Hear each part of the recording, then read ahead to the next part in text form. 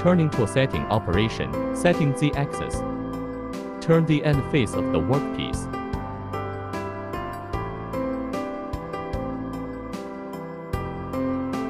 After the turning is finished, move the tool along the X-axis. Return to a safe position.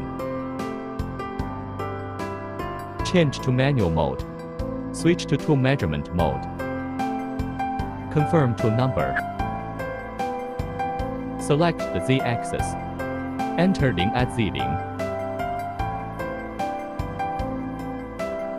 Select the measurement length. Start the current mechanical coordinates in the tool data. Switch to tool interface. Verify that the data is stored. Z-axis tool alignment is completed. The current position has been set to Z-axis 0.